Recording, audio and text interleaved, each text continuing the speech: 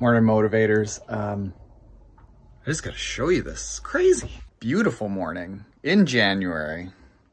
I'm outside in slippers and about to go for a run without 4 feet of snow around. Pacific Northwest for the win. So where we moved on Vancouver Island is very much a retirement town. I think the average age is something like 63.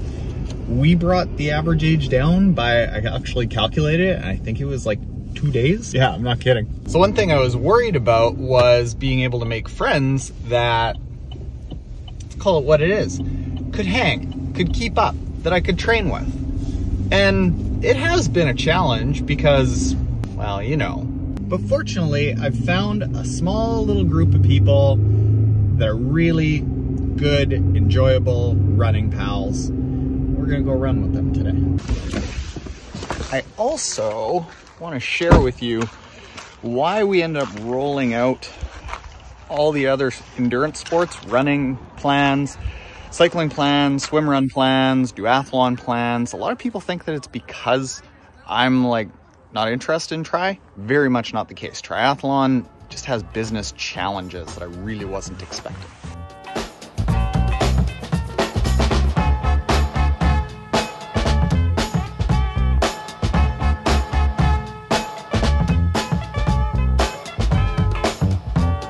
Woo, wow, 16.5K. And I will say it every time, shared suffering is half the suffering. That felt like, I'm sure, no more than 10K mentally.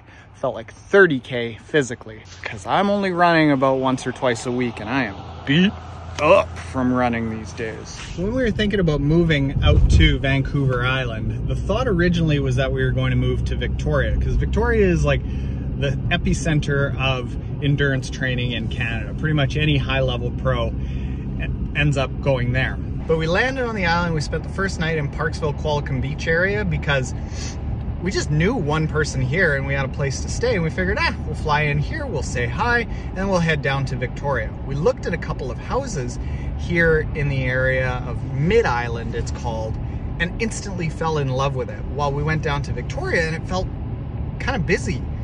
And one of the reasons that we love it is because it looks like this, like everywhere. In Victoria, it felt like you had to drive to get to nature and trails. I know some people like big cities. To me, really experiencing life is living close to nature. And here, nature is just everywhere. And if you're into it, it's right there for you. I can run 2K, get to the oceanfront boardwalk. I can run a mile in the other direction, get to trails. Love it, love it, love it so much. But now, coffee.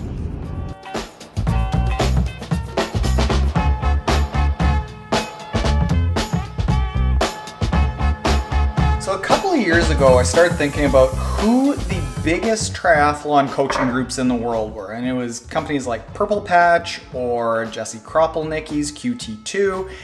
And my understanding was that these companies tended to max out around 1,000 athletes. Even just clubs that weren't necessarily the exact coaching maxed out around 2,000-3,000 athletes. And I started thinking, like, why is this? Because we hear numbers like the triathlon market is 4 million people. So why are the best coaching groups in the world maxing out at 1,000 athletes? Got to show you something that I figured out. So when you search on Google how many triathletes there are in the world, the number usually pops up somewhere around 4 million. I think that could be right. I think that's like every single person who does a triathlon-ish kind of event in the world in a year. But look at these numbers. Here is something from Coach Cox where he found that 85,000 athletes entered an Ironman in 2019. That's a full iron distance race.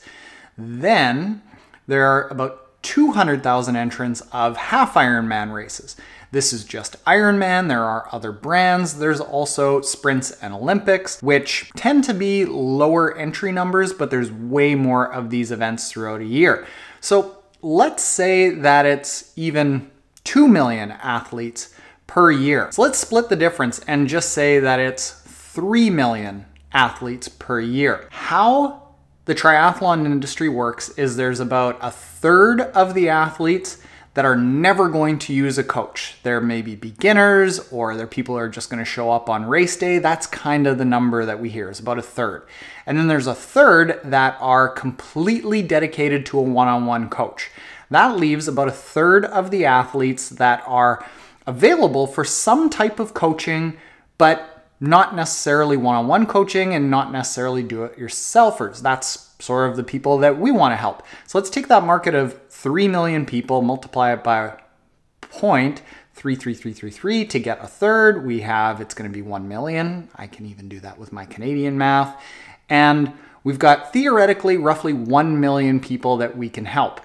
If you become a dropkick leader in an industry, quite often the number that you hit as a business is about 5% of the market. So we multiply that million people by 0.05 and we have 50,000 people. Seemingly you think that 50,000 is a really large number, and if you start coaching every single one of those, you have a phenomenal business. Yes, that is excellent. But the problem becomes, what happens when you're on your way up to that and you're not actually there? It's hard to grow a business when, even when you knock it out of the park, at the top end, it's only 50,000 athletes paying you $15 to $20 a month, let's say. Okay, so here's where I want to show you why we branched out just from only doing triathlons. Also, hey, new office here. So this is trends.google.com, and you can type in any search term that you want and not necessarily get an exact amount of people that are searching for a certain search term. You can get a guideline of the trends and roughly how much people are searching for one thing versus another. When we put in triathlon, running, and cycling as search terms, just as an indication of how many people are interested in what, we see that triathlon is the smallest of the bunch. This 5 for triathlon is just an arbitrary number. 78, again, an arbitrary number, but you can see that the difference between running and triathlon is 15.5 times as large. When you put in cycling, it's 2.5 times as large. We add in swimrun, we add in duathlon. The way I figure it, going from just strictly triathlon to running, to cycling training plans, to duathlon training plans, to swimrun training plans, it also allows people to bounce in and out. When we started doing surveys of our athletes, we asked, did you do any other races than just triathlons? Most of them said yes. They also threw in other endurance races. So practically speaking, people aren't just doing triathlons, they're also doing other races, and therefore they need the training to balance and prioritize itself so that they can be prepared for both. So the way that I figured it, we were expanding our market of that potential total audience being, instead of 50,000, maybe it's like 1.5 million potential athletes at the very top end. That means that on the way up, your numbers are just growing a little bit better, and you're giving people actual really practical training, balancing all of them. We're meeting them with what they're actually doing. So we partner with Ryan Hall and his coaching company Run Free Training for the run plans. We partner with Dylan Johnson, YouTuber and pro cyclist, for the cycling plans. We partner with Libs Mitchell, who is a professional triathlete and a world-ranked duathlete, for the duathlon plans. Nicholas Ramirez, who is one of the best swim run coaches in the world, and I think he holds the title of having the most podium placements in swimrun world competitions. And we created an algorithm in our app so that athletes just have to enter when they're doing races and how much they want to train. And it says, okay, at this time in the season, you need this to balance between your triathlon training, your half marathon training, or your swimrun training and your cycling race training, so that athletes are never going to be over or under prepared for any of the races that they want to do, and you can just go on whatever endurance adventure that you want. And if athletes can get the same type of training and keep all of their data in one place, it's not like,